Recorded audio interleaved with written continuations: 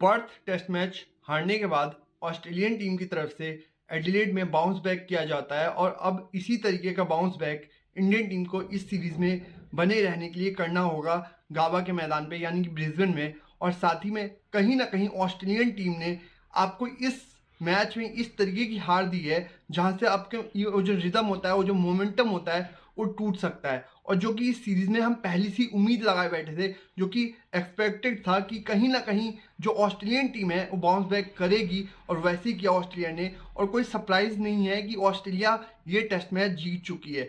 साथ ही में यहाँ से सीरीज पूरी तरीके से ओपन हो चुकी है, क्योंकि 1-1 से दोनों टीमें बराबरी पे खड़ी हैं। अब जो टीम यहाँ से अच्छी पीक पकड़ेगी ना अपनी इस सीरीज में, वो ये सीरीज ले जाएगी। और साथ ही में जिसकी बैटिंग बेहतर खेल जाएगी वही ये टेस्ट सीरीज जीतेगी। बॉलिंग की लड़ाई एक तरफ है, लेकिन बैटिंग में आप क्या करते हैं उस पर सबकी नजरें रहेंगी, और बैटिंग में ही आपसे गलती हुई है इस पिंक बॉय टेस्ट मैच के अंदर। अगर आप देखें तो आपने क्या किया है, आपने उतने रन ही बनाए जितने कि लगभग अकेले ट्रेविस हेड बना गए एक ही इनिंग में। तो आप सोचिए कि आप कितना ज्यादा पीछे रह गए। ऐसा लगा कि इंडिया वर्सेस ऑस्ट्रेलिया नहीं चल रहा था, बल्कि इंडिया वर्सेस ट्रेविस हेड का मैच चल रहा हो। और साथ ही में मैं एक चीज और बताना चाहूंगा कि अगर इंडियन टीम का टॉप ऑर्डर यानी कि यशस्वी जायसवाल, मैं नाम भी ले लेता हूं, इंडियन टीम अगर यशस्वी जायसवाल ऊपर से बेहतर करेंगे विद द बैट, तभी इंडियन टीम नीचे के बल्लेबाज जो होंगे, जो आपका मिडिल ऑर्डर है और लोअर मिडिल ऑर्डर, वो भी अच्छा करेगा। लेकिन अगर यशस्वी ऊपर से जल्दी आउट होते हैं तो उसका प्रेशर शायद आपका मिडिल ऑर्डर उतना झेल नहीं पाएगा, क्योंकि जिस फॉर्म में यशस्वी नजर आ रहे हैं ना, बाकी कोई भी बल्लेबाज अगर आपको पिक करना हो पूरी बैटिंग लाइनअप में तो आप शायद किसी को भी ना कर पाए। और खास करके आजकल जो एक चीज चल गई है ना, वो जो आपका ट्रिगर मूवमेंट होता है ना बॉल आने से पहले, जो आपका आगे वाला पैर होता है, वो पैर आजकल के बल्लेबाजों का उतना आगे जाता ही नहीं है। आप डिसमिसल उठा के देखिए रोहित शर्मा का, पैट कमिंस के सामने जो सेकंड इनिंग में आउट हुए हैं, ऐसा लगा जैसे किसी नौसिखिए को उन्होंने बोल्ड किया हो, उस तरीके की सेलिब्रेशन थी। और इतनी लाचारी में कभी भी रोहित शर्मा नजर नहीं आए। ऐसा लग रहा था कि नौसिखिए की तरह वो उनको आउट कर दिया गया हो। और साथ ही में रोहित शर्मा जैसा बल्लेबाज आप अगर देखेंगे, जब वो बोल्ड हुए ना, उनका पैर कहाँ गया, पैर वहीं पे है, हल्का सा आगे गया है बस। पैर अगर थोड़ा सा और आगे नहीं जाएगा ना, जो हैंड आई कोऑर्डिनेशन हम बोलते हैं बल्लेबाजों का, हैंड आई कोऑर्डिनेशन आज की डेट में हर बल्लेबाज का हो गया है। पैर किसी का हिलता ही नहीं है। तो हैंड आई कोऑर्डिनेशन की वजह से देखा किस तरीके से ट्रेविस हेड, जो कि लगातार मतलब आंखों के और हाथों के इस्तेमाल से ही रन्स बनाते चले गए, पैरों का इस्तेमाल बहुत ही कम करते हैं आजकल के बल्लेबाज, और यही सबसे बड़ी गलती है। और इसी चीज को इंडियन टीम को सुधारना होगा। और एक चीज जो और देखने को मिली है, यशस्वी जायसवाल को अगर आप छोड़ दे तो उनके अलावा कोई एक बल्लेबाज अगर आपको पिक करना होगा, तो इस सीरीज में अभी तक 2 टेस्ट मैचेस में 4 इनिंगें हुई हैं इंडियन टीम की, उनमें मैं पिक करना चाहूंगा नीतीश रेड्डी को। जितना भी खेले हैं लोअर ऑर्डर में, सबसे ज्यादा कॉन्फिडेंस नजर आया है उनके अंदर। अगर आप देखें तो जितनी इनिंग्स वो खेले हैं, ऐसा लगा है कि जिगरे के साथ खेले, वो डरे नहीं है। ये कहना चाह रहे हो अंदर से जैसे कि बेशक मेरी बैटिंग लाइनअप अच्छी नहीं कर पा रही हो, मेरी टीम अच्छी नहीं कर पा रही हो, लेकिन मैं खड़ा रहूंगा। और वो अंत तक खड़े रहे हैं। आप ये जो मैच हारे हैं 10 विकेटों से हारे हैं, ये हो सकता था कि आप इनिंग्स के मार्जिन से भी हार सकते थे, आपको इनिंग्स डिफीट मिल सकती थी अगर नीतीश कुमार रेड्डी फिर से एक बार खड़े नहीं हुए होते तो।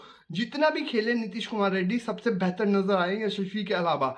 और साथ ही में एक चीज जो और नजर आई है वो ये आई है कि जो लंबी पारी खेल रहा है ना, जो एक पारी अगर सेट हो गया कोई बल्लेबाज, तो इतनी लंबी पारी खेल जाए जैसे कि ट्रेविस हेड ने खेली, जैसे कि यशस्वी जायसवाल खेलते हैं, यानी कि डैडी हंड्रेड्स के लिए आपको जाना होगा, तभी आप ऑस्ट्रेलिया को ऑस्ट्रेलिया में चुनौती दे पाएंगे। ये नहीं होगा कि आपने 70 बनाए, 80 बनाए और 90 बनाए तो उसमें काम हो जाएगा। आपको काम अगर करना है तो कम से कम 150, 170, 180 वाली पारी आपको खेलनी पड़ेगी, डेडी हंड्रेड्स मारने पड़ेंगे, तभी आपकी टीम कहीं ना कहीं मैच में आगे निकल पाएगी। और साथ ही में अब जो मैच होने वाला है, तीसरा मैच 14 दिसंबर से स्टार्ट होगा गावा के मैदान पे। वो यही मैदान है जहां पे पिछली बार जो हमने इतिहास रचा था, टेस्ट सीरीज जीता था हमने, आखिरी टेस्ट मैच, और जो घमंड माना जाता था ऑस्ट्रेलिया का, उस घमंड को तोड़ा था। लगभग 33 साल बाद कोई टेस्ट मैच ऑस्ट्रेलिया को हमने हराया था उनके घर पे, गावा का ब्रिस्बेन मैदान। और ब्रिस्बेन एक सबसे डेंजरस विकेट अगर माना जाता है तो ब्रिस्बेन माना जाता है।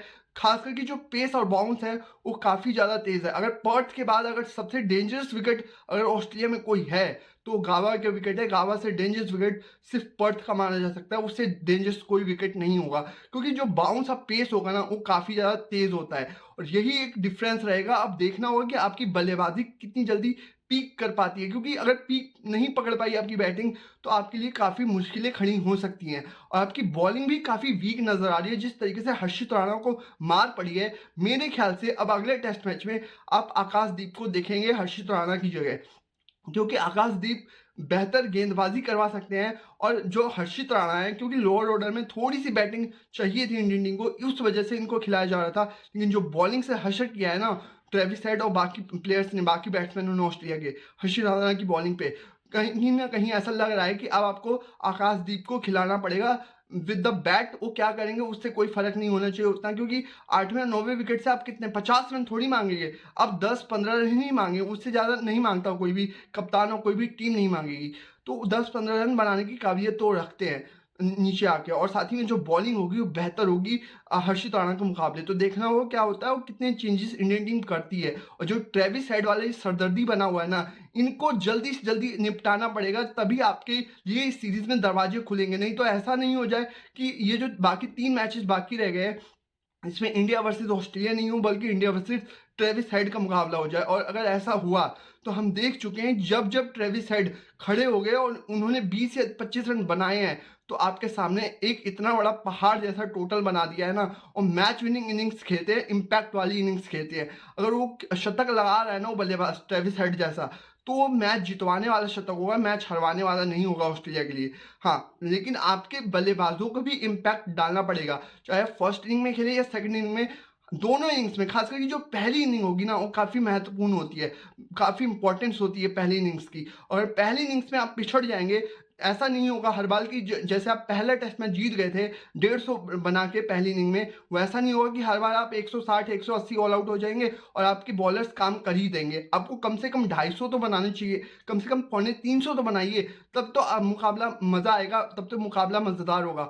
नहीं तो 150 160 में यही रहता है कि रन्स का क्वेश्चन नहीं होता बॉलर्स के पास, और जब रन्स का क्वेश्चन नहीं होगा तो 2 चौके आते ही प्रेशर में आ जाता है बॉलिंग लाइनअप। तो यही एक फ़र्क होता है। तो देखना होगा कुल मिला के होता क्या है और किस तरीके से तीसरे टेस्ट मैच में हम जाते हैं, क्योंकि रोहित शर्मा की कप्तानी के ऊपर भी काफ़ी सारे सवाल या निशान उठाए जा रहे हैं। और जिस तरीके से इनकी बैटिंग फॉर्म है ना, जब एक कप्तान की बैटिंग फॉर्म अच्छी नहीं होती तो उसको अपनी टीम से भी बात करने में थोड़ी बहुत हिचकिचाहट होती है। अगर आप देखें तो अपने प्लेयर्स से उस तरीके से बॉन्डिंग नहीं बिठा पाएंगे जिस तरीके से एक प्लेयर इनफॉर्म होने के बाद बिठा पाता है। अगर आप जसप्रीत बुमराह को देखें, जो उनकी फॉर्म है, तो अगर वो खुल के बोलेंगे एज अ कैप्टन तो काफ़ी फर्क पड़ता होगा, जैसे कि उन्होंने पर्थ में किया। लेकिन जो रोहित शर्मा है उनकी फॉर्म भी नहीं लगी हुई है और अपने प्लेयर्स के साथ उस तरीके से खुल के बोल भी नहीं पाएंगे, क्योंकि जब एक प्लेयर की फॉर्म नहीं होती ना और वो दूसरों को बताता है तो उस प्लेयर के मन में होता होगा कि कप्तान आपकी फॉर्म खुद ही नहीं है, आप मेरे को सलाह दे रहे हो। और साथ ही में एक चीज़ और है कि अपने बॉलर्स के पास जाके उसके कंधे पे हाथ रख के बात नहीं कर रहे हैं रोहित शर्मा,